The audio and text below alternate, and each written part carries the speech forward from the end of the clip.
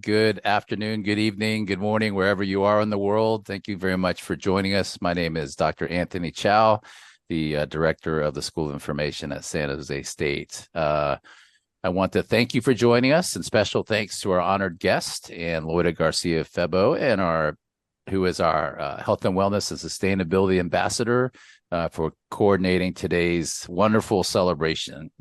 As director, and also through my work with the 5 tribes that we're working with right now, I've had the privilege of really seeing the beauty of our world, and the beauty really is truly breathtaking. From the mighty redwoods of the Yurok tribe in California, to the expansive rose-colored buttes of the Northern Cheyenne in Montana, the bountiful creeks and swamps of the Lumbee in North Carolina, the red canyons of the Santo Domingo Pueblo in New Mexico, and of course, the stoic blue mountains of the eastern band of Cherokee Indians in the Smoky Mountains. Thank you to our Earth for providing us with so much, and we're all learning to become better stewards of you so that our future generations could live and see you in all of its splendor hundreds and thousands of years from now. Thank you to our amazing librarians, Laura, and our guests that will be joining us shortly, who have joined us in your work in sustainability and protecting our environment. A full transcription of today's symposium will be posted on our website within the next couple of weeks. And now it is a great honor to introduce you to Loida Garcia-Febo, and who will introduce herself and our distinguished panel. Loida? Thank you, Dr. Chow. It's wonderful to be here today celebrating Earth Day. And I'm so excited about this program today. We have really cool librarians that are going to present some of their work, and then we're going to have a conversation about what they do and more to find out how they are also helping to preserve our planet. And I was just commenting earlier that I met Laura, one of our esteemed speakers, when I went to her library system, Pikes Public Library in District Library in Colorado, as part of my library advocacy tour when I was ALA president. And that was the first stop, and they were wonderful. I remember that we experienced almost all the seasons in 2 days. It was just incredible. And that is Colorado really for you. And that's what I learned when I was there. Everybody was wonderful. And then I learned that some years later, I learned that Laura had applied, and then she was accepted and was going to Antarctica. And so that is wonderful. We're going to find out more about that. I met our other speaker that should be with us soon, Erin Hollingsworth, some years ago in diverse library work and committee work from ALA. And I didn't realize that she lived in Alaska.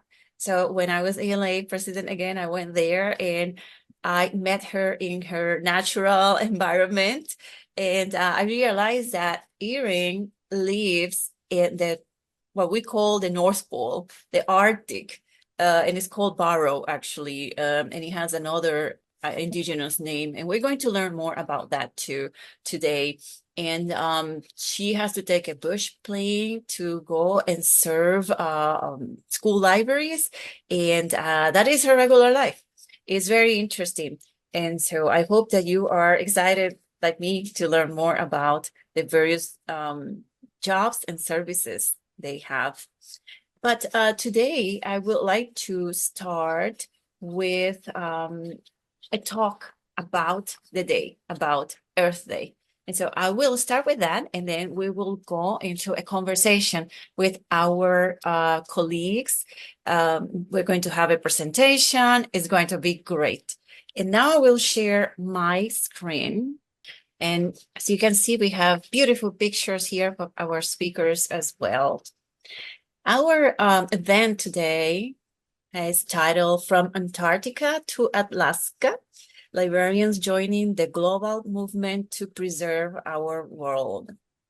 And again, happy Earth Day. And thank you so much for joining us to celebrate Mother Earth. A recording of this event will be available, and I'm sure librarians and library school students from all over the world will tune in because we're going to share it everywhere. Welcome then, students, professors, alumni, library workers, everyone. I am very happy to open the celebration of Earth Day today.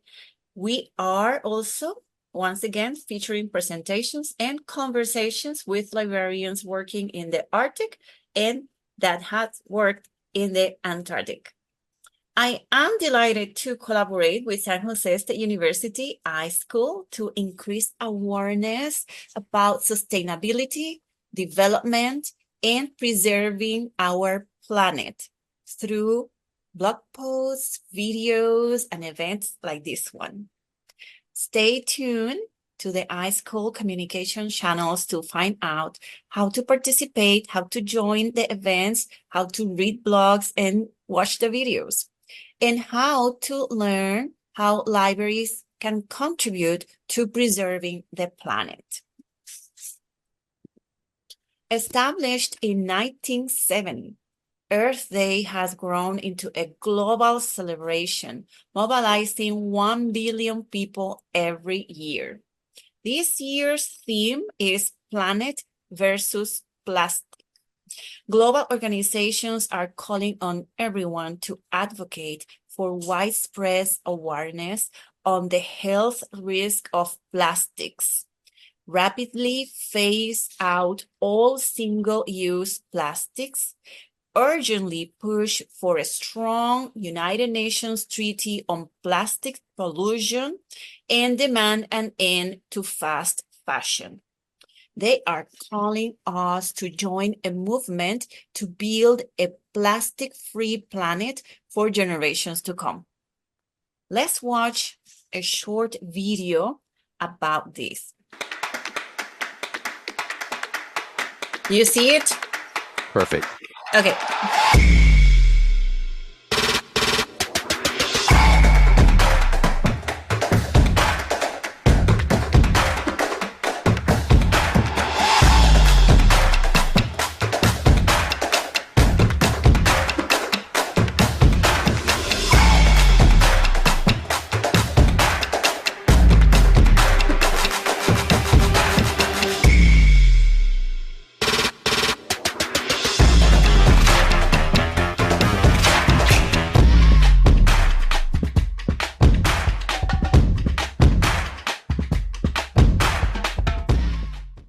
Well, as you can see, we are all very excited about this celebration, and across the nation also, there are many libraries and librarians that are celebrating Earth Day. We have made this an Earth Month, Earth Week, and are all very happy to advocate actually for the preservation of our planet. And here on screen, we have the United Nations 17 Sustainable Development Goals. These are intrinsically linked to Earth Day celebrations, and they are a call to action to end poverty, protect the planet, and improve the lives and prospects of everyone, everywhere. The 17 goals were adopted by the United Nations members, including the United States, back in 2015. And we are halfway to what they call the 2030 agenda. That's the goal to improve and impulse development until 2030. Essentially, the Sustainable Development Goals, or the SDGs as they are known, include areas related to social, economic, and environmental aspects, and also areas related to peace and to the partnerships needed to have a more sustainable world. And therefore, we are in sync. These celebrations are in sync with global efforts and global bodies supporting the preservation of our planet. We are loving Mother Earth, and San José State University's Environmental Resource Center also celebrated the last week Earth Day with a sort of festival So we are all linked. I wanted to share that the School of Information is taking action to promote sustainability. Last year, we celebrated Earth Day with a very interesting event with librarians that had served at academics and public libraries that went through a very interesting transformation due to climate change. And we heard about that. And also librarians that have served in the Galapagos Islands and the Grand Canyon. Their recording is available on the school's YouTube channel. You can see it on the screen. So we hope that you can come back and visit and watch that recording. We also have a matrix that I created on the website of the school indicating specific contributions to sustainability in the areas of teaching, research, organizational practices, and partnerships. And these are ongoing, so probably there are more recent ones that we maybe have to review this matrix. I just created, as a surprise for this event, a first draft to reflect how the classes taught at the school are sort of in sync and matching with the Sustainable Development Goals. Everything we do in libraries is directly related to sustainability and development. And if we look at the chart, you might not be familiar, but this is a chart that the ALA, United Nations Task Force, created, and is free, downloadable from the website. I will present that in a minute. And so what I use is that I use the template that it's on the ALA website, and I just wrote some of the names of the classes according to the goals, the Sustainable Development Goals that they may match with. And this is a draft, but I wanted to show it because it really reflects that everything we do in library schools or in libraries is related to, or can be related to, preserving and saving our planet.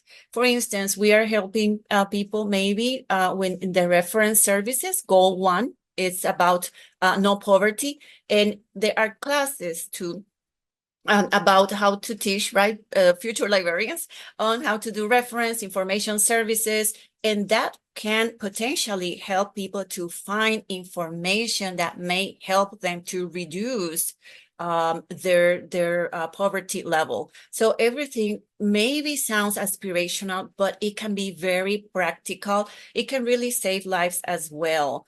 For instance, we have here goal 6, clean water and sanitation. And then we have the class of online searching. That can definitely be to support researchers and scientists that are always looking into how we can have clean water. And the other piece, for instance, I divided the chart in 2 so we could see it clearly. We have here, for instance, online learning tools and strategies for success. I put that with goal 14 because it can also help us and, to understand life below water, which is goal 14, but also scientists and researchers. And that's how we can also are supporting innovation in our world. And so there are different classes, and maybe we all can come back to the presentation, and at some point we can have this displayed somewhere on the library website. But it's very interesting. The colors you see on the chart are the colors that the United Nations assign to each one of the goals. They don't have a significant, yellow doesn't mean there is clean energy, but they assign those colors since they created the Sustainable Development Goals. And so I use them exactly in the same tones that they are using them. Let me see another one I wanted to show. For instance, big data technologies. They can definitely support industry innovation and infrastructure in our world. So it's very fascinating. So I only used a number of the classes that I found, but maybe there is an exercise when you can assign a goal to each one of the classes provided or teach by the different faculty. I hope that you find this interesting. Libraries are definitely emphasizing information about Mother Earth this entire month. And we have to be up there with the times, right? And that's why I'm using this screen. And I'm not going to add anything else, but you might have been aware of what is the phenomenon that is happening in the world. And there was a library included in this phenomenon as well. But we are all part of the same planet. And so we need to think about the role of libraries, but also the different trends that are happening ongoing in our world, and we are part of that. But I wanted to call attention to specific examples of libraries now. For instance, the Morris Library at the University of Delaware has dedicated messaging on their website and exhibits calling attention to books, video games, films, and documentaries about the environment, and all these to celebrate Earth Day. Los Angeles Public Library has created a challenge. It's called Celebrate Earth Challenge, where patrons could complete 5 activities to have the opportunity to win a prize from the library store. Well, that's a nice incentive. School libraries across the country and even in Puerto Rico and Hawaii are also celebrating Earth Day at libraries and with events outside of libraries, and also on their social media pages, including Instagram. And I included one here from LitFit. Maybe you can find that out. That's a high school library. Because we have to be everywhere, so I wanted to include examples of different formats. Today is a great day to encourage each other. And I hope the various examples I have presented so far from academic, public school libraries, and from the library and information sciences program, in this case from San José State University, are inspiring us to better serve our communities, students at academic libraries, the community at large public library, and more students at school libraries. Because we do need a more sustainable way of living and taking action. Because our environments are endangered by climate change and other threats, including social inequalities, and everyone should strive to protect the environment through sustainable development. This includes all types of libraries. Libraries are definitely essential to sustainability. Libraries are development accelerators. What we do, librarians, when we are, let me take a step back. What we mean when we talk about sustainability. The different actions we take are very important to encourage and motivate our patrons and the communities we serve. For instance, the ALA and its Sustainability Roundtable have stated that to thrive and evolve into the future, ALA and different organizations must adopt the triple bottom line mindset of sustainability. An organization practices must be not only economically feasible, but also socially equitable and environmentally sound. It is important to note that this is the ALA Sustainability Roundtable, and they're present in social media, in this case, Instagram.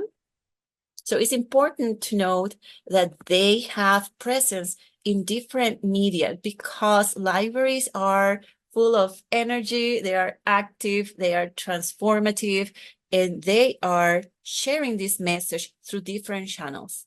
And I want to show the flexibility of libraries. They are where the patrons are. And that's why I'm showing these different examples. ENSULIB, the Environmental Sustainability and Library section of the International Federation of Library Associations and Institutions, has also stated their belief that green and sustainable libraries take into account environmental, economic, and social sustainability. Those are very important for the work we do and the impact that we hope to have. The triple bottom line theory expands conventional business success metrics to include an organization's contributions to social well-being, environmental health, and a just economy. These bottom line categories are often referred to as the 3 Ps: people, planet, and prosperity.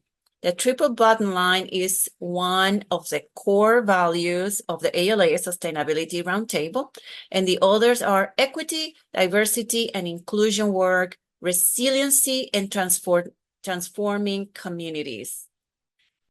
Libraries as second responder, an essential partner to their community's needs and aspirations. How then specifically libraries are contributing to sustainable development? In this case, is all part of preserving our Earth.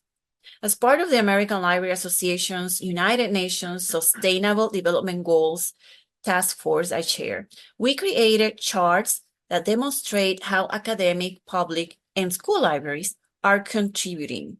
And here we have the webpage from that task force. Important again to remember that the Sustainable Development Goals are a call to end poverty and also protect the planet and improve the lives and prospects of everyone everywhere. So it's all linked. Now, I wanted to go over some of the goals. For instance, I selected academic libraries because perhaps there are more academic librarians here or students at this time. And libraries are contributing in different ways. Let's see goal 3. That is related to good health and well-being. For instance, how are we doing that? Scheduling events about, for instance, wellness, yoga, stress reduction during final exams, group exercise sessions, and therapy dogs. Those are some examples. Goal 8, it's about decent work and economic growth. Libraries are supporting faculty and student research through library collections, providing consultation and subject matter experts who can also help entrepreneurs. And let's go to goal 13, climate action. Libraries support university sustainability initiatives, carry out exchanges of used clothes, and do-it-yourself events to teach people to create things and present series of talks about sustainability. So these are some examples, but we know that academic libraries, in this case, do much more. This is the chart I used to kind of match the iSchool classes with the Sustainable Development Goals. It was created again by the ALA Task Force on the UN Sustainable Development Goals. Oh, back. And these are templates featuring all the SDGs to which the libraries can add the library's name, logo, address, and a custom message to share with stakeholders and library patrons and show how they are contributing to sustainability and to preserving the planet. In addition to that, we also have a poster, and again, libraries can add their logo, telephone number, address, anything else they would like to do, add. And in addition to that, we also have bookmarks, free downloadable from the website. And these are to support SDGs book clubs that libraries around the world are hosting. And here is an example. It's right on the webpage of the Sustainable Development Goals at the United Nations website. This library is in Serbia, I believe. And the librarian that created that was part of the ALA task force. And so we're very happy that we were able to kind of, work together in all that after she created it. So that's wonderful. What is the path forward? This is a short talk, and I wanted to close with the path forward. Librarians are researching, so that's very, very important. It actually can fuel innovation and can support research, scientists, and all these different transformation that we see in the world with even AI and so many other aspects of technologies. And to illustrate this point, I wanted to show research by Natalie Cardoso. And I showed this last year. There is no much really different research in libraries and SDGs. So this is always new. It's a sort of checklist, and it's coming from her research, for Natalie Cardoso's research, titled Social Responsibility of Library Science in Transforming Society to Achieve Sustainable Development in the World. As a result, she developed various resources, and I wanted to highlight this checklist for libraries. The goal is, through the checklist, to provide insights into the topic of the SDGs and to encourage more librarians to think about actions and implement them in libraries. I recommend all types of libraries to use this checklist. For instance, let's look at the first goal, the one about no poverty. What are the actions? Well, let's see. Do we have specific collections about the topic? Can we do exhibits about this topic? Or can we then bring workshops, lectures, talks about human basic rights? Or are we providing information literacy in the library? And here we have examples. It could be through workshop, lectures, but it's also the regular work and services provided by libraries. We just have to connect the dots. Oh, do we have a book club? Well, we are, in a way, also supporting this no poverty, right? People need to read, then to go to school, and so on. So it's just everything is interlinked. Another example comes from the Management of Library Association section of IFLA that I share. Again, there is no other webinar like this happening in the last year, so I wanted to show it again for our colleagues that are tuning in to today's event. It is a series of webinars featuring different regions of the world, and they're all about how libraries are integrating and embracing sustainable development to provide collections, services, and also how that is part of the work that library associations do. So it's very interesting. The other piece that we need to move forward is to be part of the change. And last year, the United Nations announced 12 high-impact initiatives as a package intended to accelerate progress of sustainability in the world. Today, I will highlight some of these initiatives for libraries and library schools to consider when they are joining these movements. Libraries have great opportunities, for instance, in transforming education, helping to build a better future for all. Libraries are contributing, for instance, to help kids and anyone who needs to learn to read. And also job seekers, they are learning different skills that may help them to secure jobs. Another aspect is accelerator. Libraries are accelerators on jobs and social protections. Libraries are supporting research and knowledge sharing. Additionally, libraries are part of wider social protection systems, not only as a basic public service, but also as a complement to employment and welfare policies. The other one is about digital public infrastructure. For instance, scaling inclusive and open digital ecosystems for sustainability.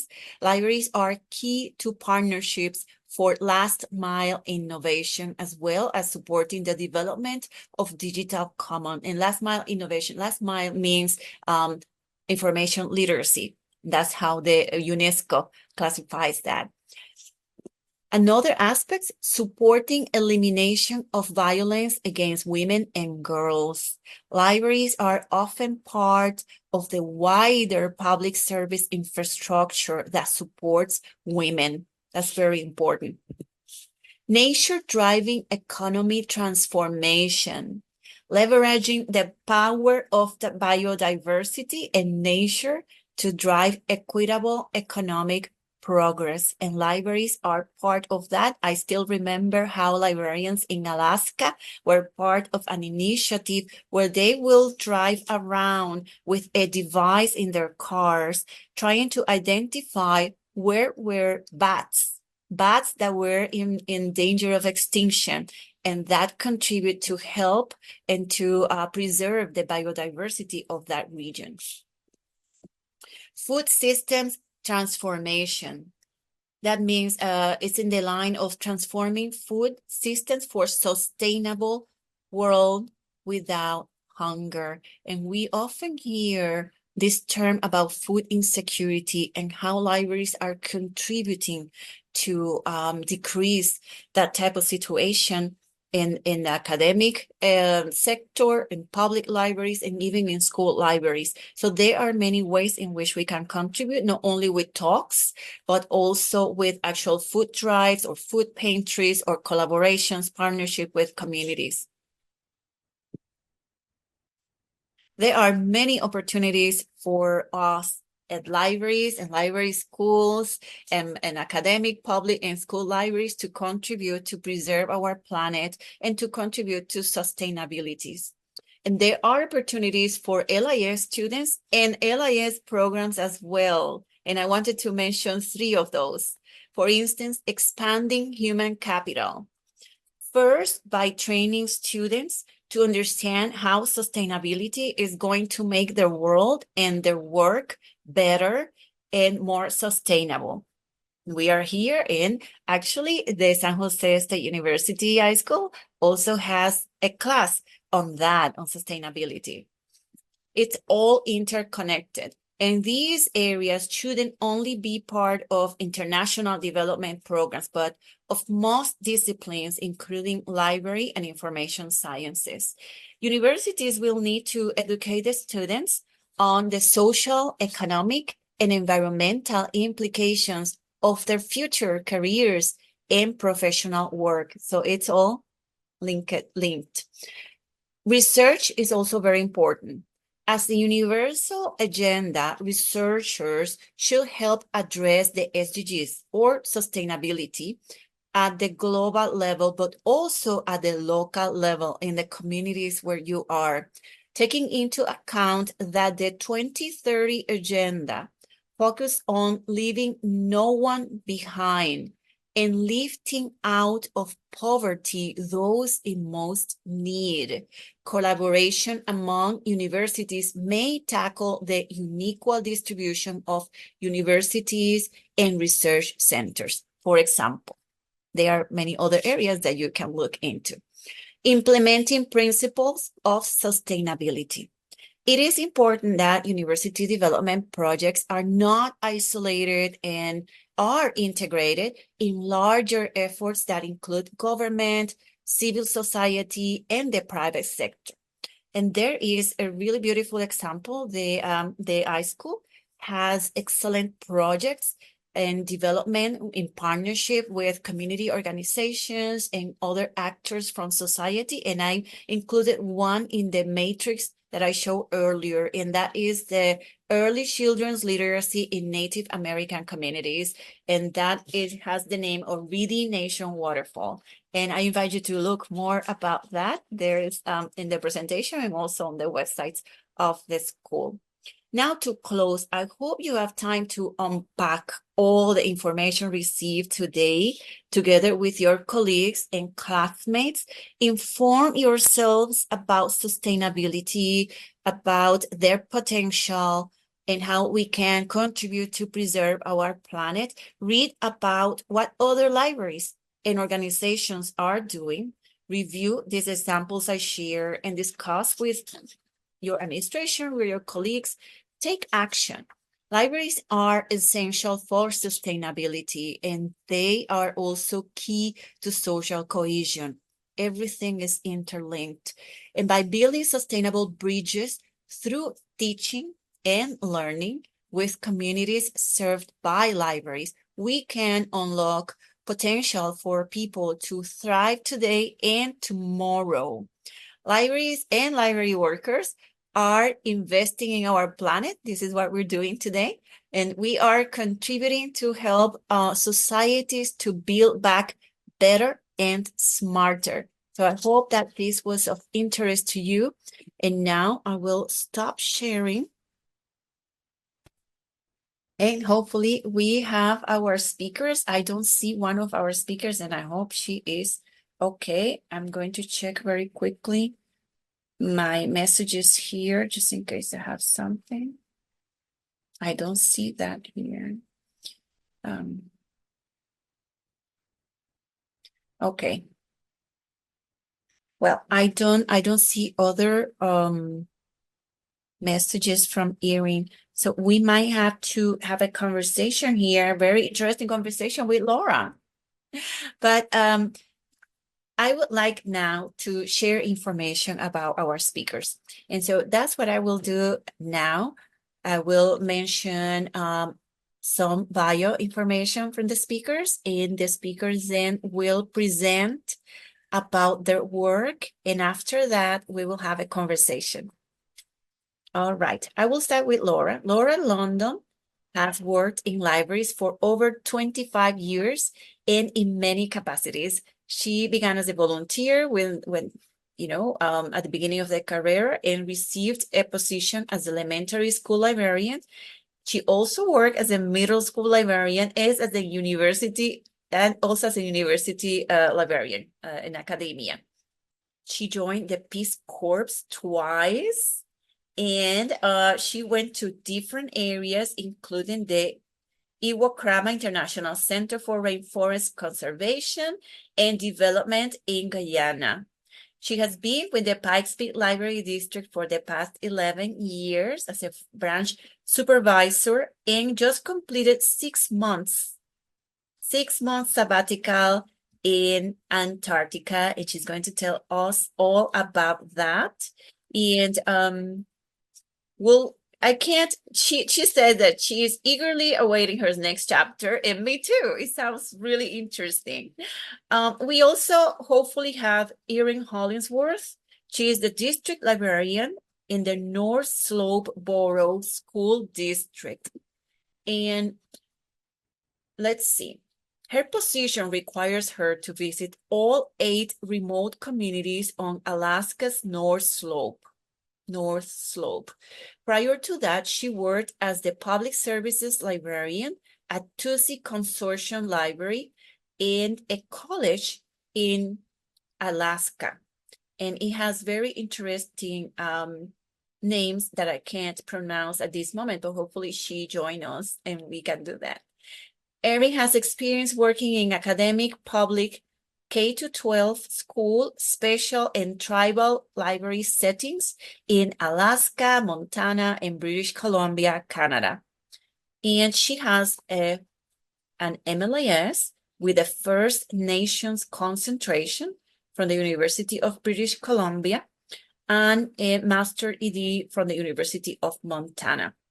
And I hope that she can join us. She also currently serves on a public radio board of directors in the North Pole, and the Arctic Women in Crisis Advisory Board, and the board of directors for Friends of Tusi Libraries.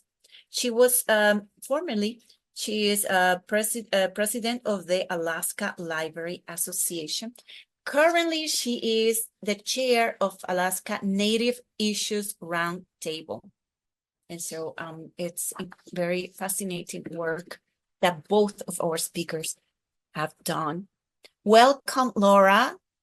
I will open the floor For you? You'd think with that kind of bio, I would know how to share my screen, so I'm going to try this.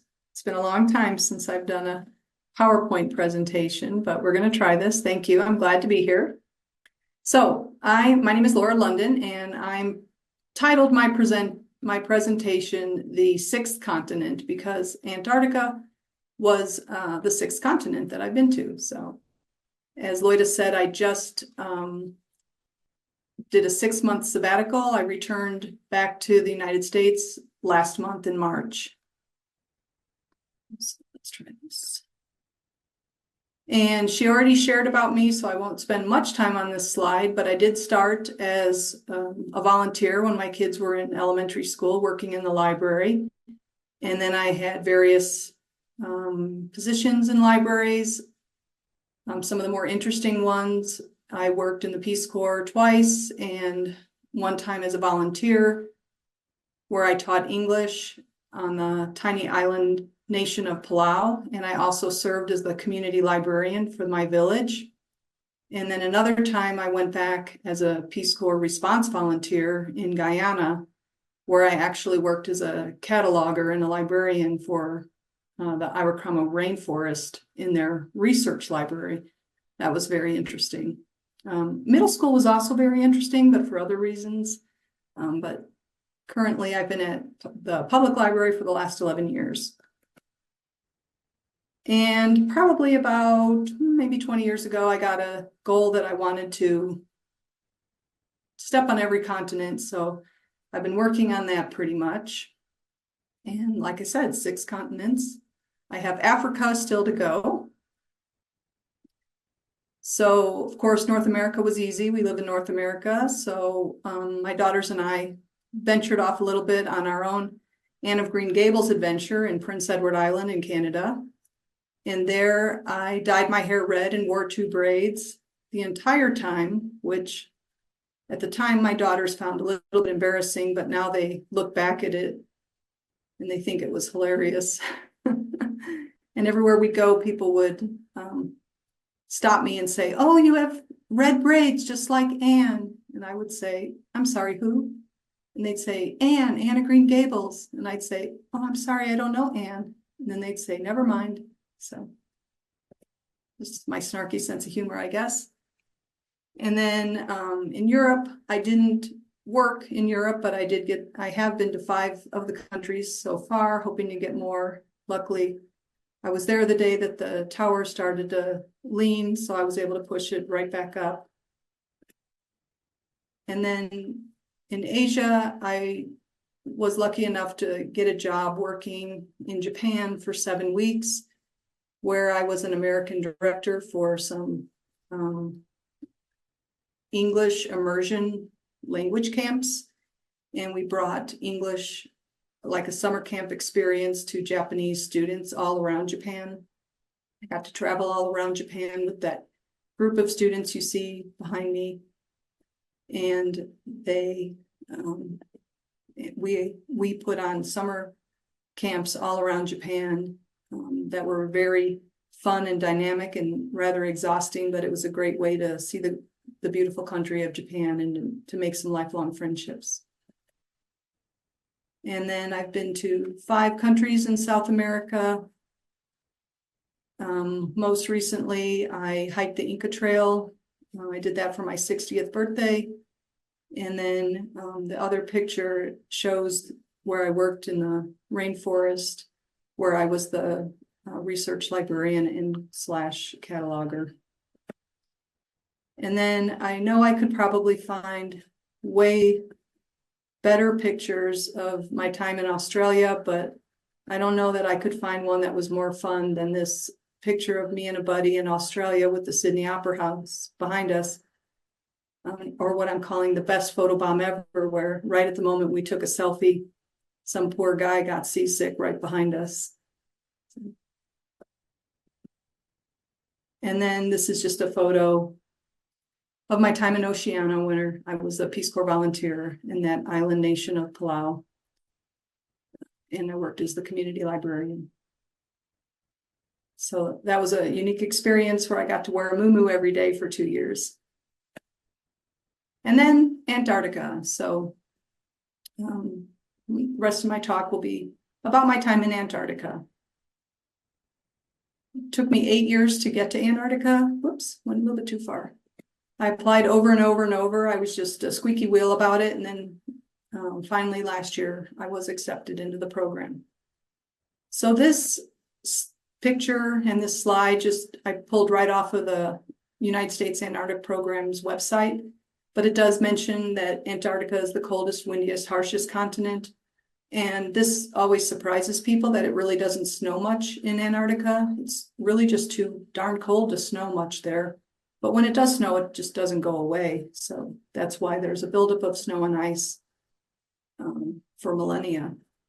And so it is the driest place on Earth. I live in Colorado. I thought it was dry, but now I feel like I'm back in the rainforest sometimes. The mean annual temperature in Antarctica is 0. I was there during the summer, which meant it was sunlight 24 hours a day.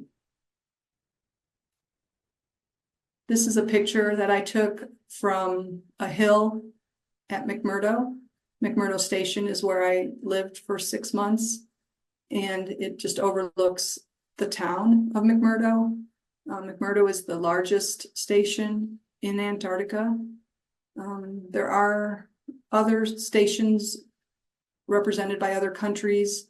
The United States has 3 stations: the South Pole, McMurdo, and Palmer Station. And McMurdo is by far the largest of all the stations represented by all the countries. The white expanse that you see in the photograph is the frozen sea ice. Now that ice did break up while I was there, broke up probably in mid-January and became open water. And that was kind of a unique sight. I do have a picture of that a little bit later. That's when we saw the penguins and the seals. Well, we saw the seals all of the time, but that's when we really saw them, and we saw orcas and other pretty stuff like that. This is a picture of my dorm. I had 1 roommate in my room, and that was pretty lucky. Some of the people had 2, and then there was another dorm where some people had up to 4 roommates. So everybody at McMurdo has a roommate. There's no getting around that. The landscapes were just hard to describe how beautiful they were. It was otherworldly, really. I mean, I haven't been to another world, but it's what I would assume another world looked like. These are giant pressure ridges, they're called, and it's where the sea ice meets the ice shelf, and the ice and snow is thrust up into the air. And just to give you a scale of how large those pressure ridges are, the icicles that are hanging down in the forefront of the picture are taller than I am. So they're probably about 6 feet long. So they're just mammoth structures, building size structures. There's no vegetation in Antarctica. So there's no grass or trees or anything like that. So it's more pressure ridge beauty. We had the opportunity to take a tour and walk around by them with a guide, because it could be dangerous, so we weren't allowed to do it without a guide.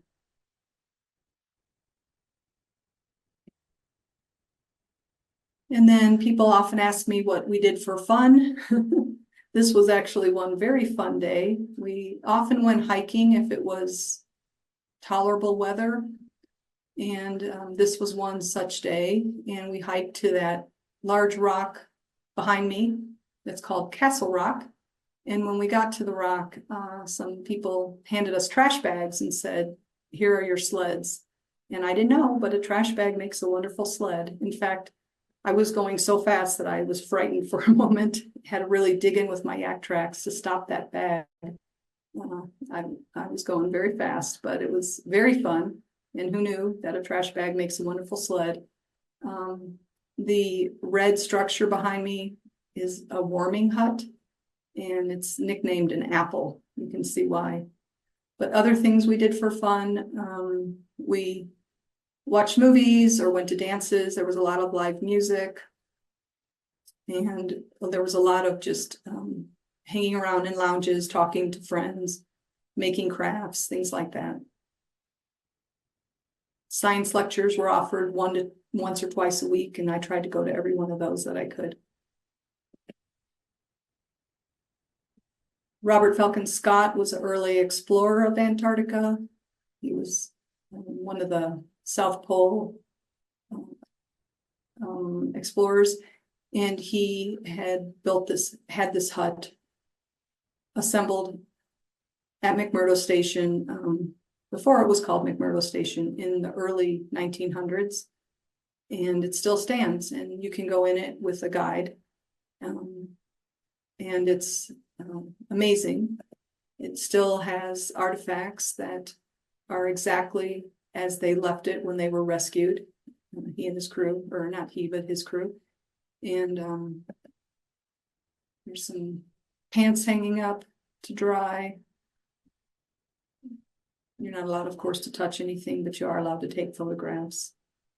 They even had a sack of old potatoes in there. And then this is a picture of that sea ice that I showed you earlier when it was all broken up. It was just, the colors were just beautiful. And we saw orcas playing in the bay right here. And one day we saw emperor penguins on an iceberg just like that one, only it was a lot colder that day that we saw. And then this is what you really wanted to know, right? You wanted to know about the library at McMurdo Station. So although I do work in a library, and I have worked in a library for over 25 years, I did not work at a library while I was at McMurdo. I worked at in lodging. And so I helped pass out room keys and unlock doors when people got locked out, and did room inspections when people left the station. And but there is a library at McMurdo Station. It's completely run by volunteers who attend a brief orientation, and the books are checked in and out through an Excel spreadsheet. It's actually way nicer than I expected. It's a warm, inviting space. Personally, I think it needs a little thinning out, but it's actually really pretty nice. All the books are books that people brought down there and left, donated, and has a warm couch area with a basket of kittens that people can hold while they're reading, and people do that because there are no pets down there and people miss their furry friends. It has beautiful windows that overlook the sea ice or the water when it's water. And it's a very, very comforting spot. This was one display that it's all about Antarctica. So it has a lot of old materials and some of the newer items. And then here we are, Earth Day. We're talking about ways to reduce, reuse, recycle. And that was something that we really took seriously in Antarctica. Every piece of waste has to be taken off the station. We're not allowed to dump it or burn it or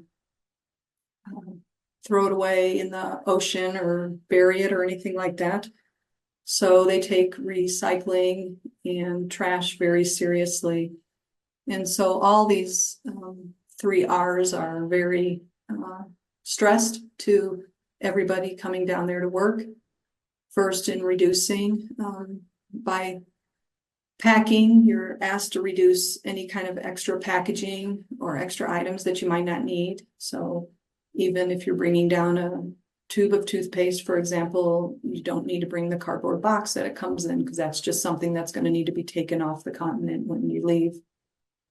And then for reusing, almost everything that you can imagine is reused.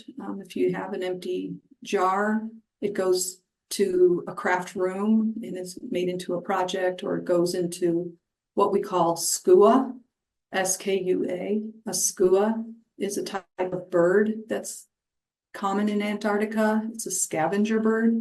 So skua is an appropriate word for the people on station going into the sort of free thrift store on station where you can skua unwanted items and scavenge them for your own use. So anything that you don't want during your stay or at the end of your stay, you would donate to skua, even if it's a half-used bottle of shampoo, and somebody else will be happy to grab it. So really nothing gets wasted. And then the items that are true trash or recycle are very much sorted. They go into trash centers like this that are all over the station. And they're very careful about sorting anything that's food waste, because although food doesn't really tend to mold in Antarctica because it's just too cold and too dry, it does by the time it gets on that warm, hot barge that ends up in California months and months later. So they really compress and package everything up really well. And even recycling goes into one bin, but then we have full-time people working in the waste department in Antarctica that are further recycling it out: cardboard, corrugated cardboard, glass, etc. So gets put in these big bins. The smaller trash centers get put in these larger bins that are all around the station, and then people come in with tractors or forklifts and empty them out and work on compacting them and sorting them correctly. And then the real reason why everyone is down there is because of science at the bottom of the world. So even if you're working in lodging, you're supporting science at the bottom of the world. So most of the people that are at McMurdo are science support staff. And so, you know, if you're a scientist working on, say, studying the ice core, that's what this is a photograph of, an ice core. You still need people there that are electricians and janitors and kitchen staff and lodging staff, etc. So most of the people down there are actually supporting the science at the bottom of the world. So this is a photograph of an ice core that was bored out of the ice shelf. It's approximately 500,000 years old. And they can study it and learn, surprisingly, a lot from all those. I don't know if you can see it in the picture, but there's millions of little ice bubbles. And they can study the bubbles and learn about atmospheric conditions 500,000 years ago, and learn a lot about climate change or gases that were in the air. And they do that to try to see what patterns maybe have happened over the years and what maybe will be coming in our future. At the end of this ice core life, they broke it up and let us have pieces of it. So I actually got to taste it, and it tasted just like ice. They also have a lot of large satellites all around, and those are for receiving and transmitting communications. This is a NASA satellite. NASA has a lot of projects in Antarctica, including this large gondola. I'm not sure if the picture shows it well, but there's a huge telescope at the top. And this went up into a balloon. That's the balloon when it was launched. And it went into orbit. It circumnavigated the South Pole 3 times before it came down. It was in orbit for 60 days, which was a NASA record. And that telescope was pointed at the stars, and it was mapping the stars. So that was a very successful project that happened while I was there. It was called GUSTO, G-U-S-T-O. In this project, this kind of reminded me of the global goals for sustainable development that Loida was talking about, the life below water. So in this project, some divers brought up some harmless sea creatures, and they put them in this 29-degree water because that's what they like. And it was called a touch tank, and we were able to pick them up and touch them. And it's really fascinating. There were some creatures that were kind of recognizable, like the sea star I'm holding on the left picture. And then there were others that I had never seen before and couldn't even imagine were creatures living in the sea, like some of the things on the left picture. And then other ways for energy conservation. These three wind turbines actually aren't part of McMurdo Station, but they're part of the Scott Base, which is the New Zealand station that's located just 3 miles from the US station. But because their proximity is so close together, we have a lot of partnerships with the New Zealand station. And so they built these turbines, and it's so windy in Antarctica that it produces way more energy than they possibly need at the Scott Bay station. So they share. And we actually use way more of the energy generated from the wind than the Kiwis do, because their station is so much smaller. So that's one way that we're preserving energy down there. Oh, and then this is what you really wanted to see, right? You wanted to see the science in the form of the animals. So I'm nearing the end of my presentation. I thought I would let you just take in the beauty of these beautiful animals that we have down there. And this is one of the 2 types of penguins that we saw. This is an emperor penguin. We didn't see them as frequently as the Adelie penguins. The emperor penguins are the larger of the penguins. They're the largest of the penguins, I should say. They're 3 to 4 feet tall. They're very regal and beautiful. I saw them very rarely. And then these smaller Adelie penguins are more like toddlers. And they're very hyper and active and friendly and inquisitive, and they would run right up to you. And of course, we're not supposed to get near them, so we'd have to back away, but they would just keep coming sometimes. And we saw them very frequently once they arrived. Once that sea ice broke up, we saw them very frequently. And they were a lot of fun to watch. And they're very small, like maybe up to my knees, maybe just 2 feet tall at the most. And then there were Weddell seals, and we saw them all the time. And there's a little guy waving goodbye, because that's the last slide of animals that I have for you. So if you saw any photos in my slideshow that you thought were really exceptionally good, those were taken probably by one of these people, including this picture of the Polar Star icebreaker ship. The Coast Guard brought in this icebreaker ship 2 or 3 times, just kept cutting open that ice so that we could get resupply ships. And that actually helped break up the ice all the way. And then I did write about my adventure. I'm going to warn you, it's kind of long. So if you're interested in reading about it, I sent it out while I was there, kind of as an email/blog. But then I compiled it into one really long Word document. Really, it's about 40 pages, so it's pretty long. But if you're interested in Antarctica, what it was like to get there, what it was like to apply, etc., the whole experience, it's mostly really positive.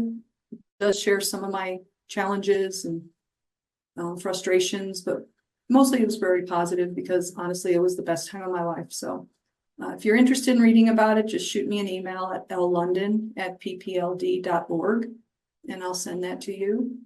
Or if you're interested in finding out more about the United States Antarctic Program, I really encourage you to go to that website, www.usap.gov. It'll give you way more factual information than I probably just did. It's a really nice website. It talks about the Antarctic Treaty and the countries that are involved. And it has really nice photos too. So just thank you very much for that. And I believe that is it. Yay, that is it.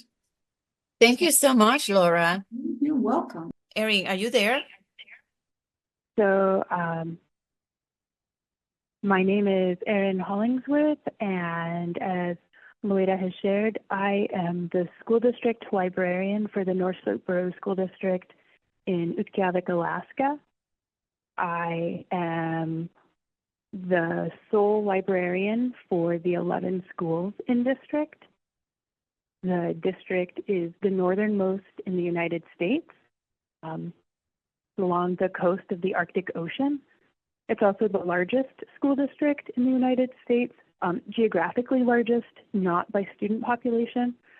Geographically, the North Slope Borough School District is approximately 90,000 square miles. So if it were a state, That would make it the 11th largest.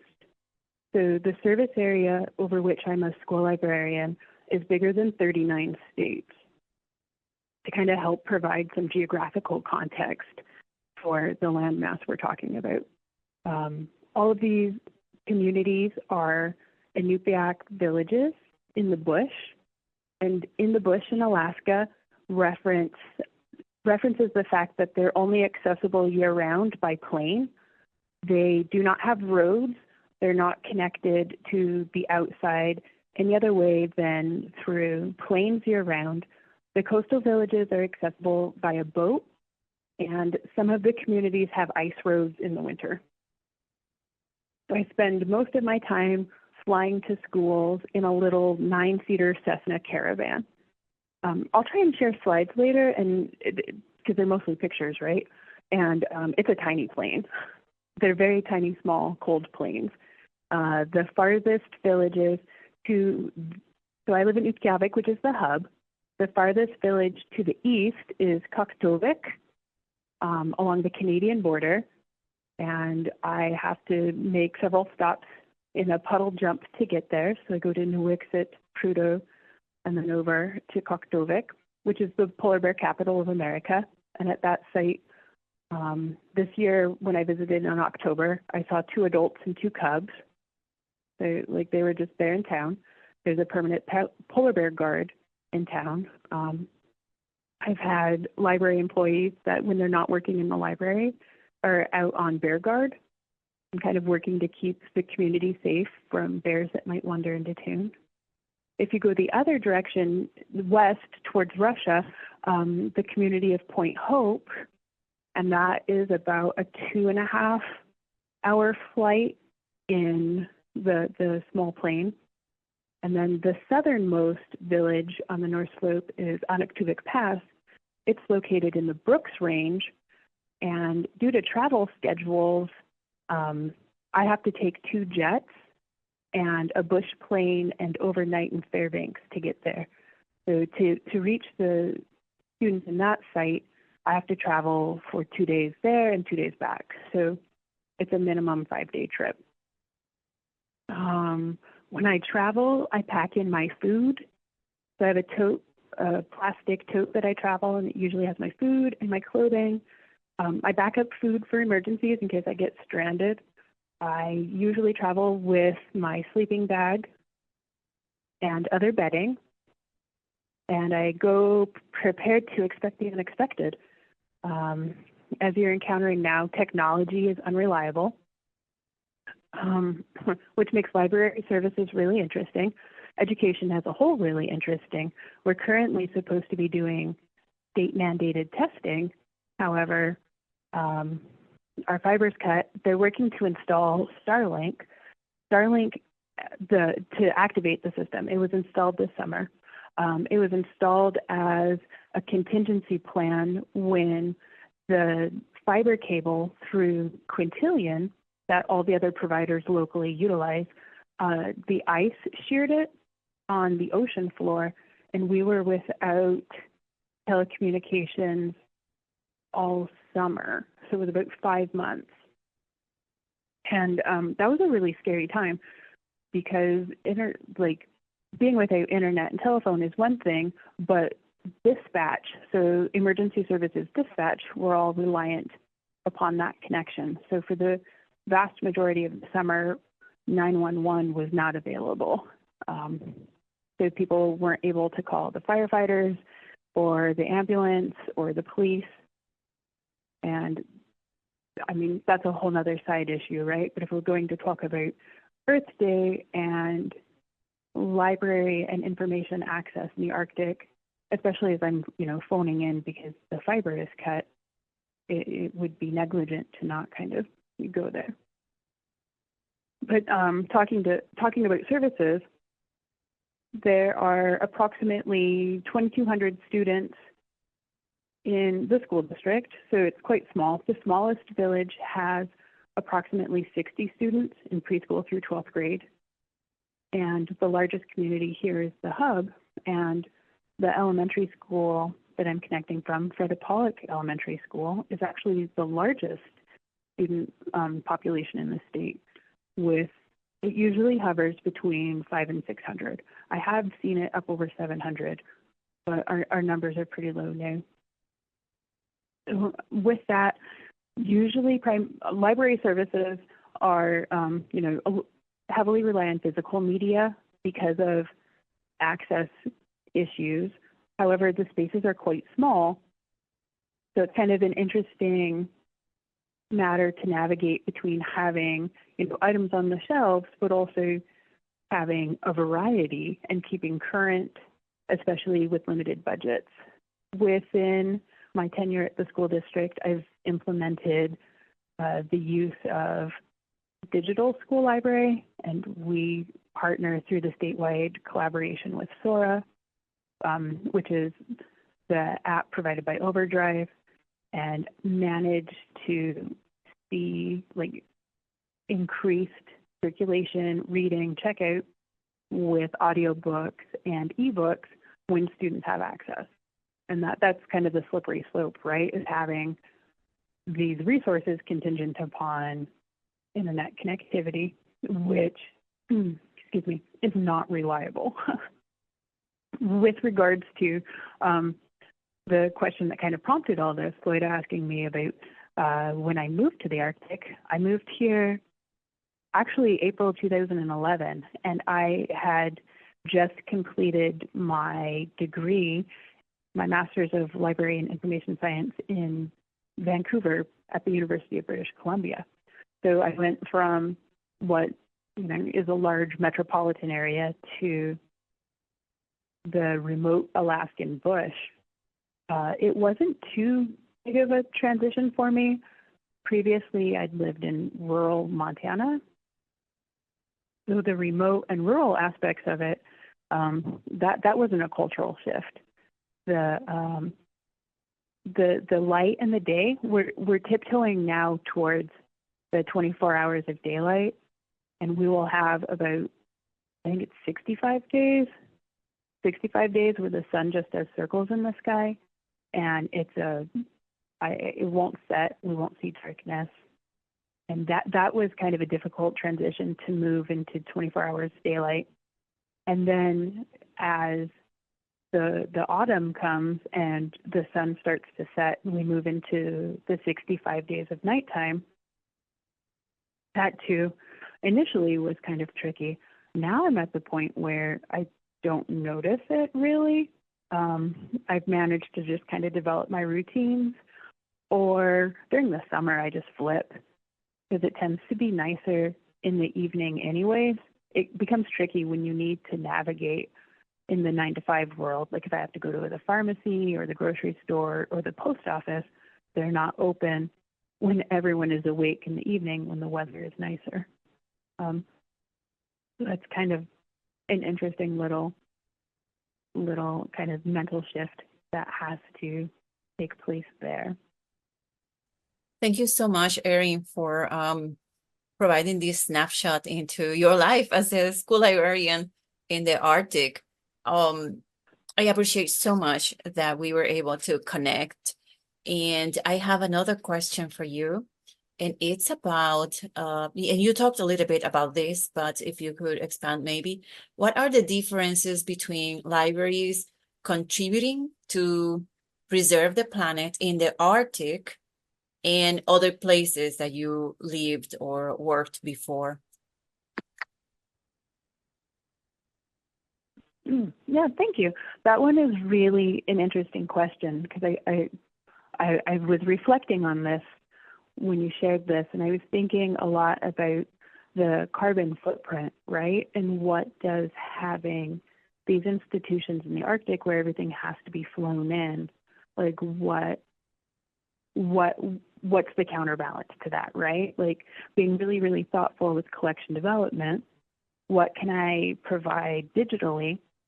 Also, like, is there equity with that digital access given the number of connectivity failures we have, and also recognizing that digital items also carry, a carbon footprint, and kind of being mindful consumers of information, right? Like knowing that the format and the media matters, also kind of being aware of many of the other things we do in libraries. Like I'll do crafts with the students, and rather than bring in lots of expensive purchased craft kit type materials, I do a lot of found, upcycled, recycled. We do a lot with like toilet paper tubes or cereal boxes or anything like that, right? Like utilizing materials on hand that are going to be just thrown away anyways, and kind of making it something accessible, and not necessarily flying more items here. But I mean, it does get kind of tricky when you look at, information and collection development and operating within a limited school budget and limited spaces, but then also kind of being mindful of also having access and making sure that just because these students in the schools are far removed geographically, but they're not removed with regards to, what's the cultural new thing, right? Like not having that cultural isolation. And so kind of navigating how to provide information and resources and that contact, but also balancing it with, is this all going to wind up in the village landfill? And it kind of navigating those areas, I think, is one of the bigger issues. Thank you so much. That's so important what you said about everything, but it did caught my attention in terms of cultural isolation, because we are experiencing a phenomenon, right, since we have the internet in our lives, and it's kind of an extension of our hands. And but you did mention many aspects that are linked to flying in supplies, let's say, or maybe sometimes when people don't recycle, don't reuse, that definitely affects our planet and our environment. And but that at the same time is very important for the region you are living in. And so everything is so linked in, but just focus on the cultural isolation piece. How then you and your colleagues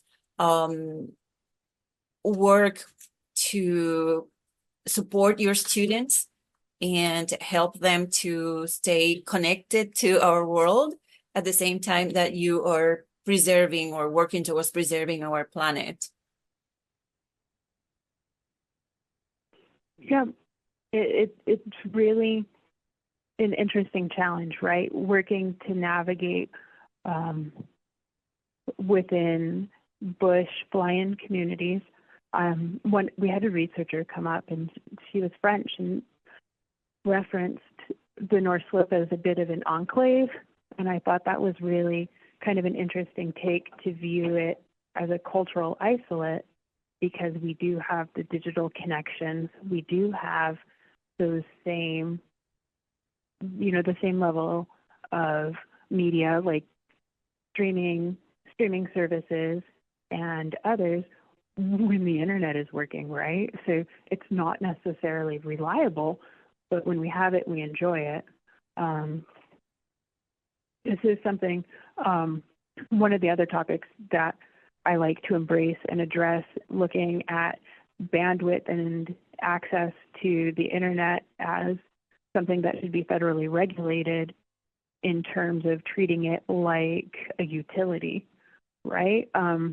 Because it does get tricky.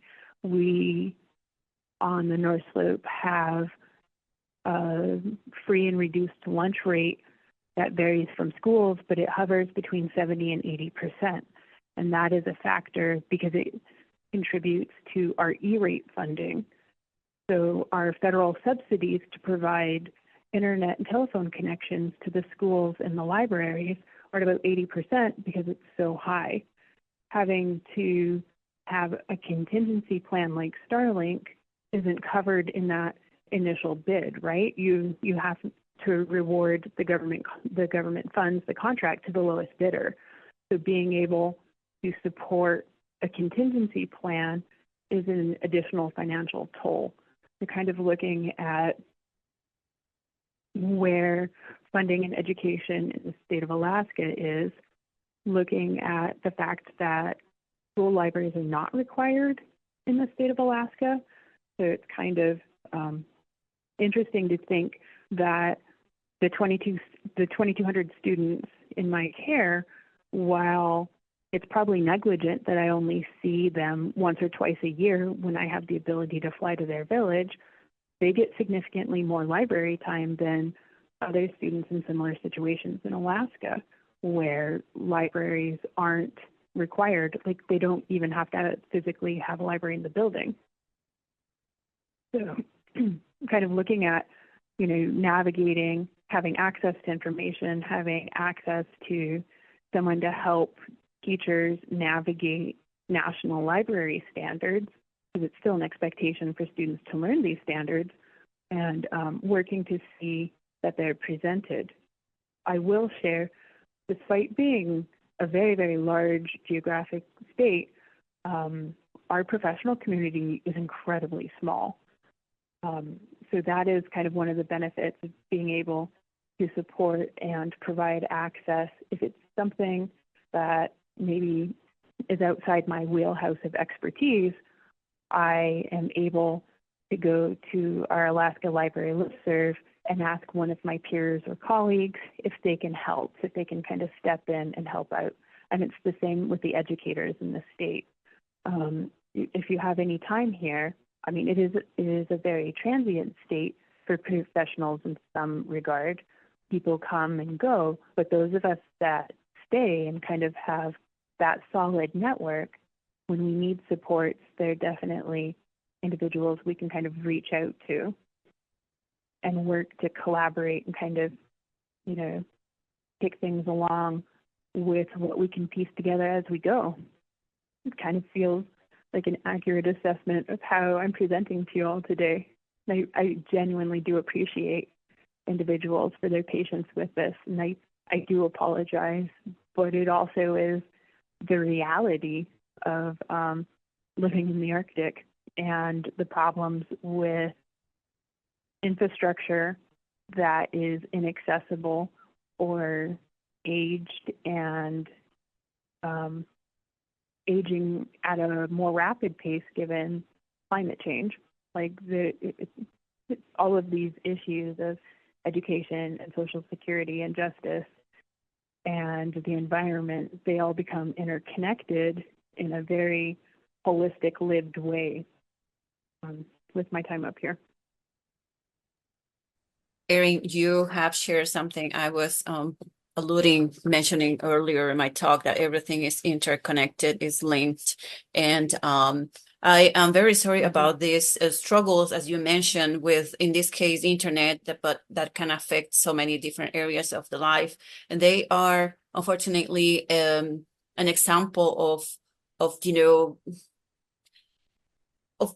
in a way of how we can, if the world, right, as a together as a whole, join forces to preserve our planet, how we could perhaps help people from different parts of the world to have a life where, in this case, there is some internet and connectivity, but it also, it could be the level of the seas, it could be different things. Pollution, in this case, also for this year, the theme for Earth Day is planet versus plastic. And of course, what we do, for instance, in New York, where I reside, it affects other areas in the planet that are dealing with huge islands of plastic that are invading the coast and are also killing creatures in the seas or oceans. And so everything is interconnected. And I'm just supporting, right, your what you said earlier. I have one more question for you and Laura. I'm looking at the clock and I would like to open this for other questions. Maybe Dr. Chow has questions as well. And what would you both recommend to librarians wishing to visit or work in the Arctic and the Antarctic? And of course, you can answer from your respective experiences. I will start with Laura, and then I'll ask Erin to go on. So what do you recommend to librarians wishing to visit or work in Antarctic for you, Laura? Okay, great. So for working, there are really no opportunities to work there as a librarian. They just don't have that position. I know, I tried. But there are many positions open just to get the experience of working in Antarctica. And I would recommend going to that usap.gov website. And there's a link there about jobs or careers in Antarctica. There's several different contractors who work to support the science. So, you know, if you're IT bent, there's one that specializes in IT work. If you're more of wanting to work in the kitchen, which is a great entry level to get there, much better chance of getting there. There's a company that hires those type of workers. And then there's one that does more of the trades type workers, like the electricians and carpenters and mechanics and things like that, doctors, nurses. There's one for, you know, there's all different kind of companies that are contracted. So the earlier you apply, the better. January 1st is usually when they post all the new jobs that would be leaving in October or September, October for the year. And they do hire as they fill them as they can. So it's not unusual for them to hire people in January to leave for the next September or October for the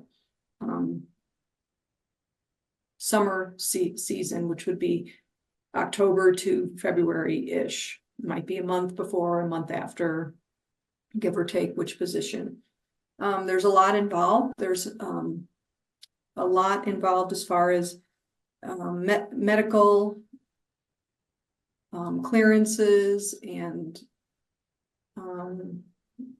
dental, eye doctor, drug screening, background check, maybe a few more checks. It's not an easy process, so they like to hire as early as they can so you can get what they call PQ'd or physically qualified early.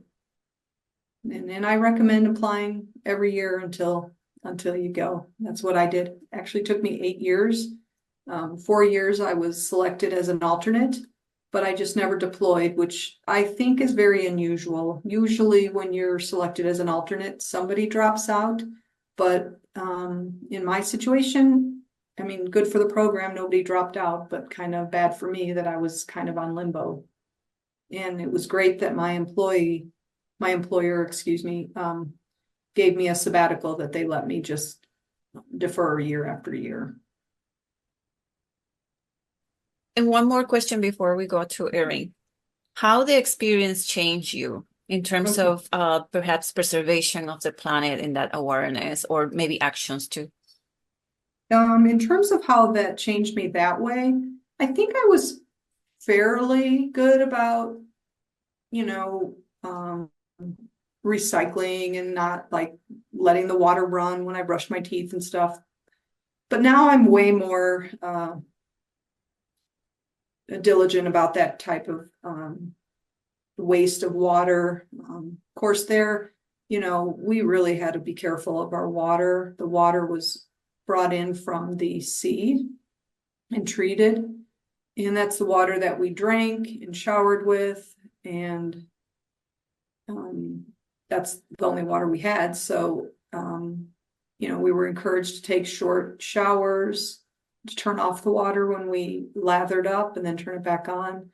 And so, and I don't do that anymore, but I do am really cognizant of the water situation and also the trash. I think I've been really a lot more I brought that home, and I think I'm going to keep doing that. I don't think I was bad before. I'm better now. And these are themes that we can also bring into our work in libraries in terms of saving not only water, but there are little practices that we maybe integrate. You think? I do agree. I already had, before I even knew what the, anti-plastic campaign, I already was that way in my head. So, at our library here, we have ceramic mugs for our patrons, and then we just ask them to wash them out when they use them. And we do still have some paper cups, because sometimes patrons just do not want to use a mug that somebody else might have, drank from. And so we do try to make everybody happy. But I would say the majority of our patrons do grab the reusable mug and seem happy to do so when we offer it a program. And so, just encouraging little things like that. If everyone did little things like that, it would make a very big difference. Every little thing helps, definitely. Thank you so much, Laura. You're welcome. Thank you. Erin, over to you. What would you recommend to librarians wishing to visit or work in the Arctic? All right, thank you. This might get me in trouble, but I could totally put in a shameless plug for Utqiagvik Consortium Library, because I believe their director, Tess, is currently looking for a public services librarian. And unlike the Antarctic with all the requirements, it's a job application, right? I will share the living here is not necessarily ideal for everyone. There is housing shortage, so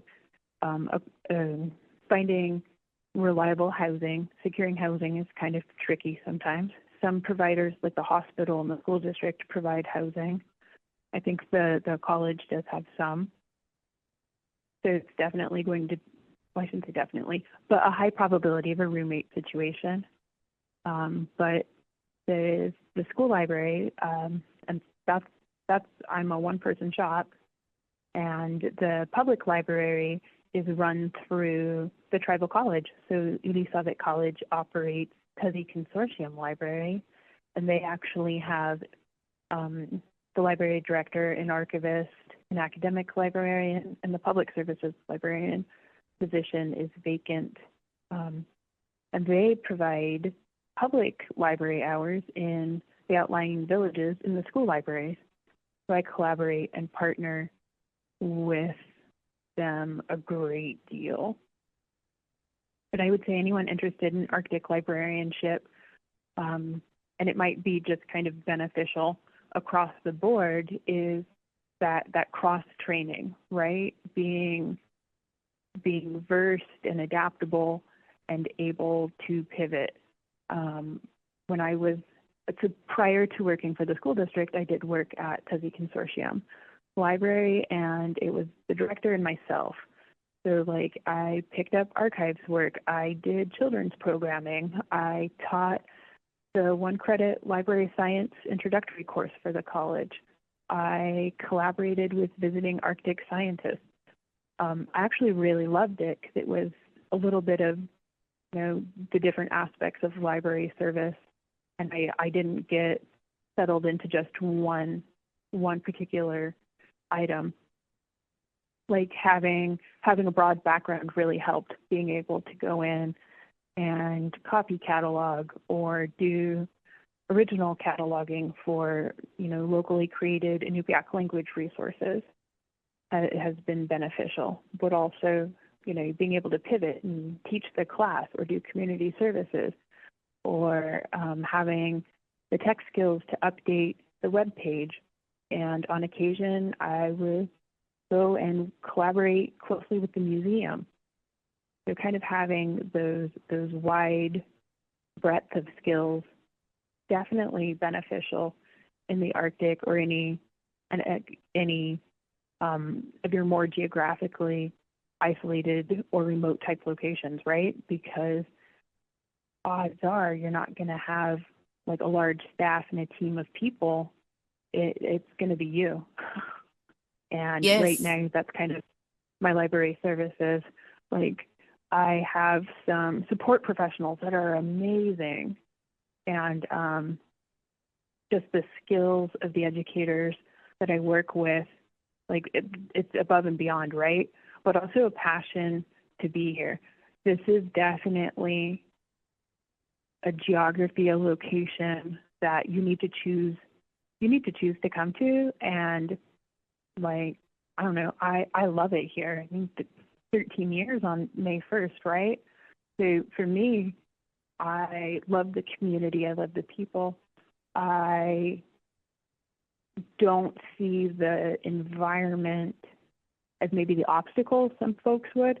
I mean, it would be a lie to say I enjoy when it gets to negative 60 Fahrenheit. I mean, that's cold and miserable, but also there is a lot to counterbalance that just makes it a place that I've loved to work. And I think it's community and that ability to adapt and operate within all those roles and explore all of those kind of aspects of librarianship. I've really enjoyed that.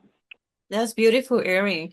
Could you maybe briefly share with us any practices that are related to this? You did mention some about recycling and reusing, but are there other practices that you think that are very specific or distinct to your libraries that perhaps might be helpful to other libraries in the world to replicate?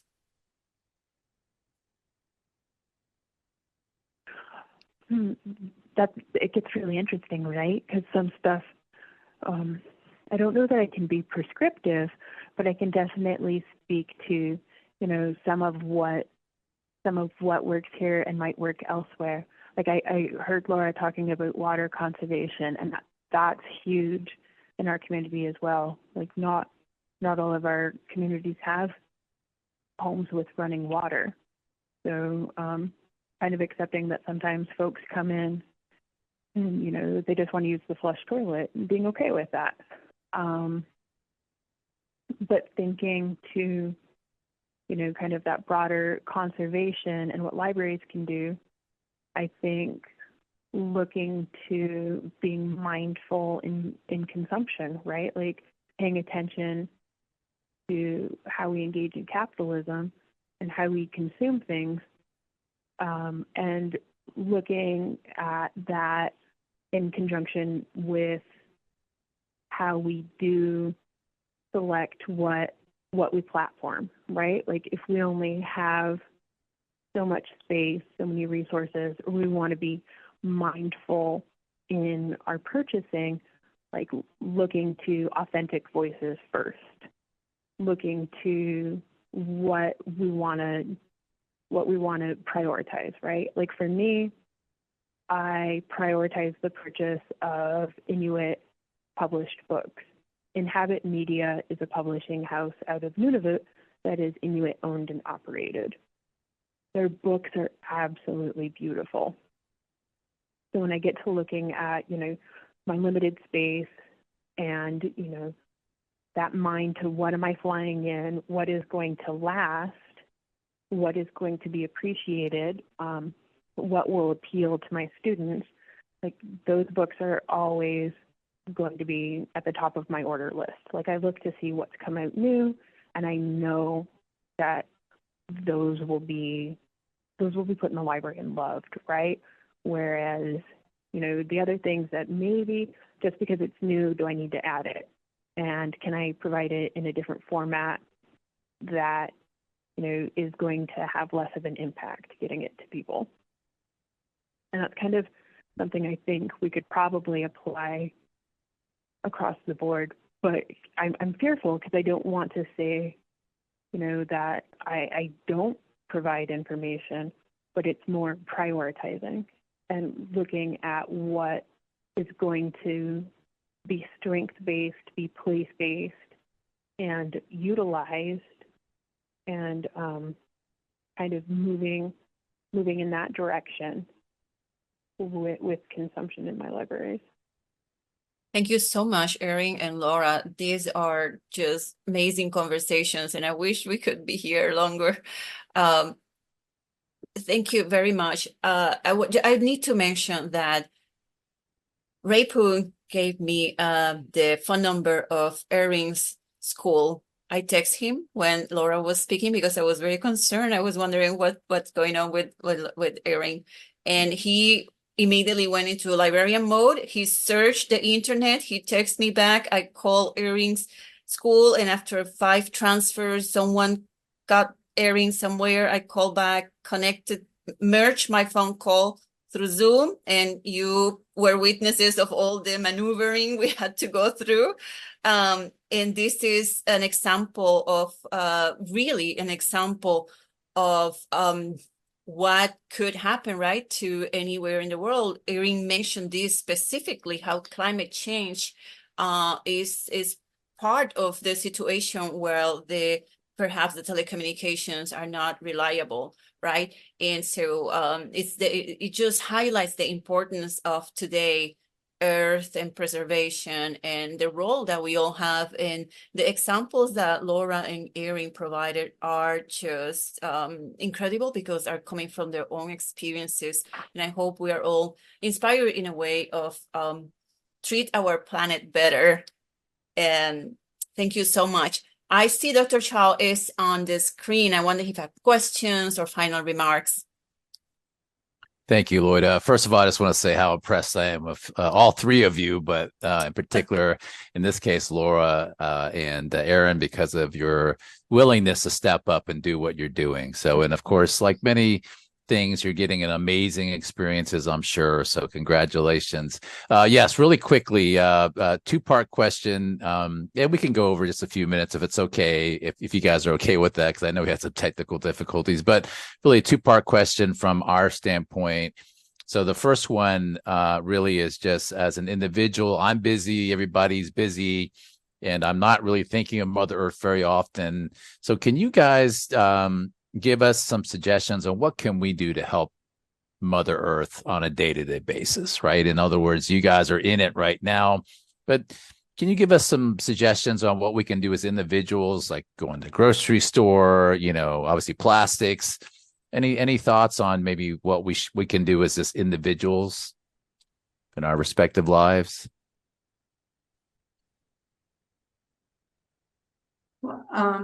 I live in Colorado, and about a year ago, maybe 2 now, they implemented a rule, and maybe this is everywhere, but I don't think so, where you have to bring your own bags everywhere, grocery store, even like a retail store. So at first a lot of people grumbled, but now it's just second nature to always have a shopping bag or 2. I carry 3 in my purse. They're the kind that, fold up into themselves, really small and lightweight.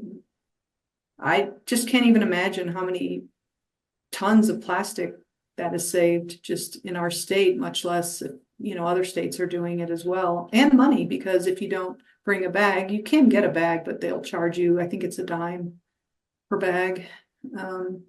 Just really makes a big difference. We always have them in our car, and that's just one small thing I think that'll help the planet.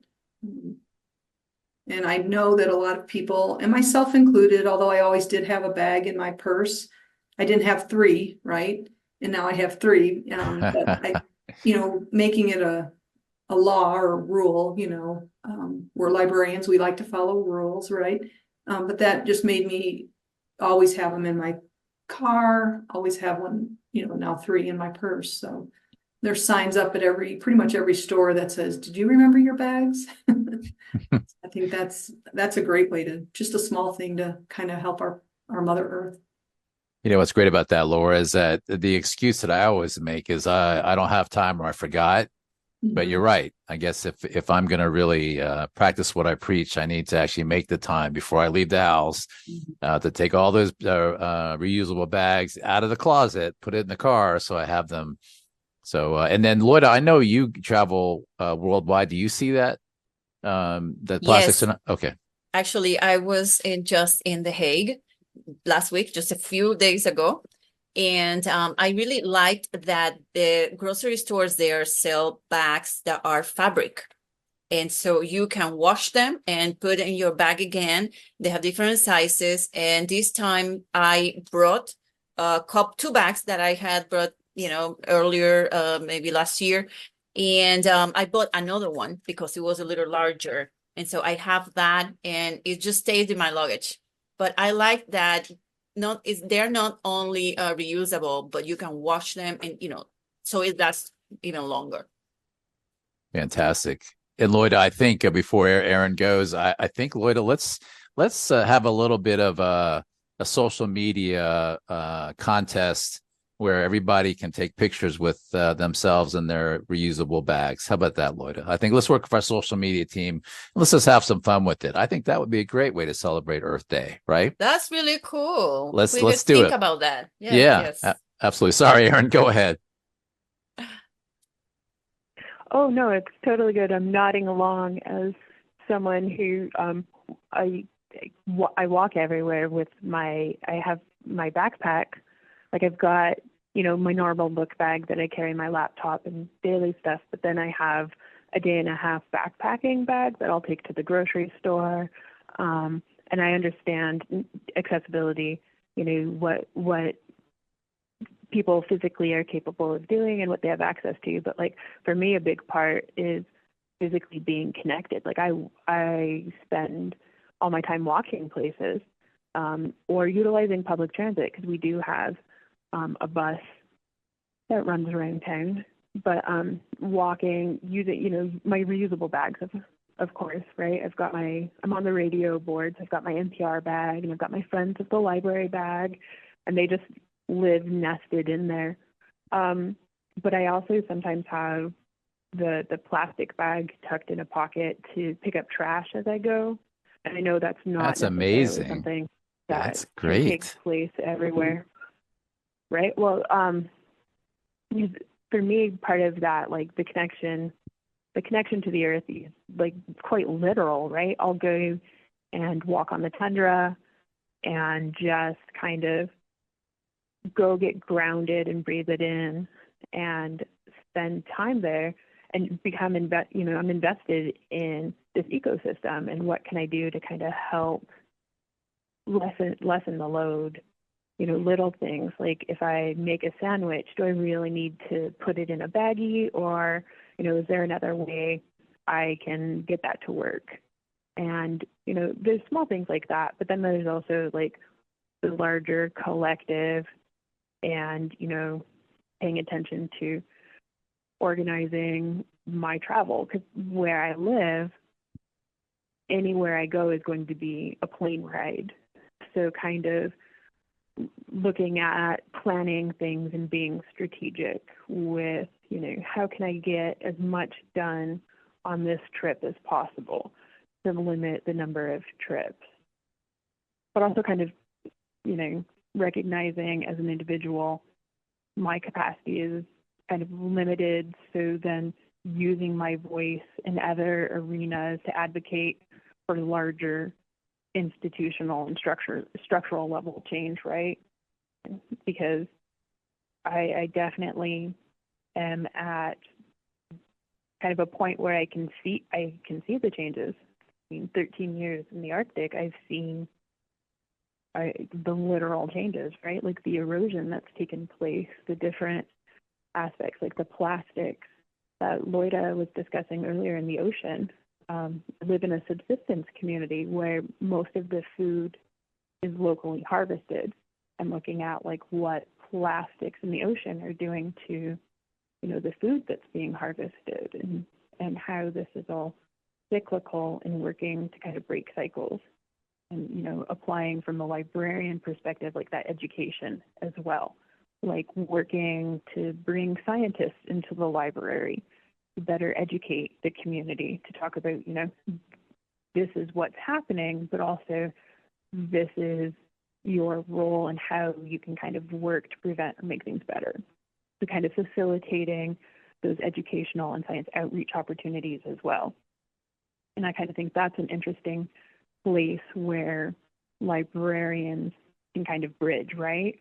Like I know not everyone's going to have access to, international Arctic researchers, but I'm willing to bet even folks in small communities, like local agricultural extension offices, will come in and talk about, things you can do to help with your local flora, fauna, the soil, the wildlife, or, aspects of what's within our control within our own communities. Sorry, that was a little off topic, but kind of excited about the collaborations and partnerships.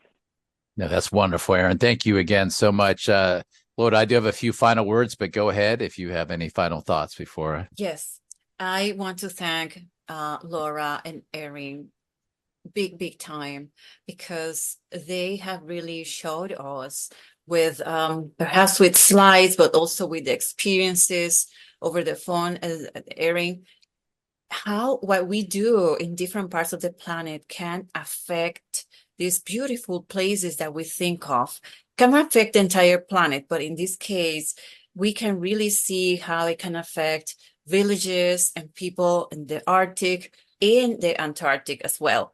And we do know, we hear about it, that we need to do our part to preserve the planet. But in many cases, some people are busy, or they forget things. But the people that live in these villages and in these areas cannot forget that. They follow these kind of non-written rules, because otherwise the survival perhaps of the village, of the land where they live, is not very optimal, right? And Erin mentioned about public transportation, walking, having plastic bags in her pocket to pick up garbage or trash that she sees along the way. If she doesn't do it, who's going to do it, right? So it's on them. And that's the thing that we perhaps don't think when we are maybe in New York, where I live, but it's so important. And thank you.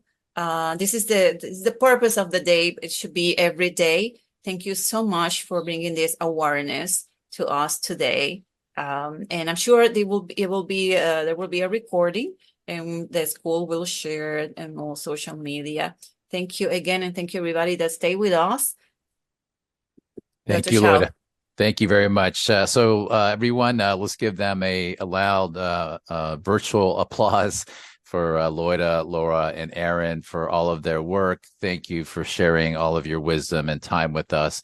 I do think that in many ways, that's the theme of today, is that we all have to take individual responsibility, right? We have to take the time to do something. And when Erin was describing picking up the trash, I remember at least several occasions where I've taken tours of libraries and campuses, and the higher ups would be picking up trash while they were giving me a tour.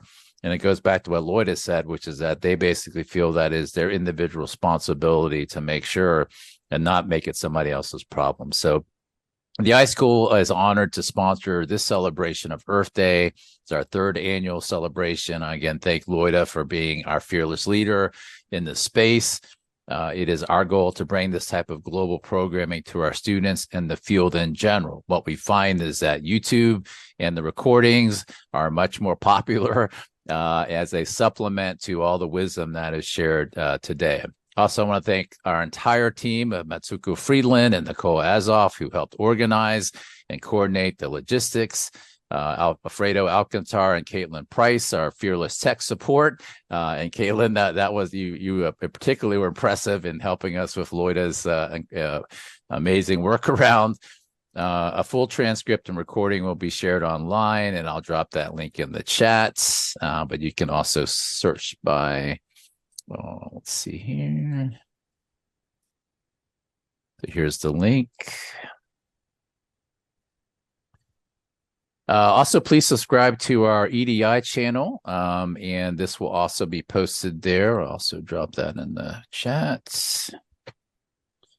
And finally, our next 4 events will be as follows. So we'll have National Deaf History Month, Silence the Pride, and that'll be Tuesday, April 30th. So exactly a week from today, from noon to 12. And I'll drop that link in the chat.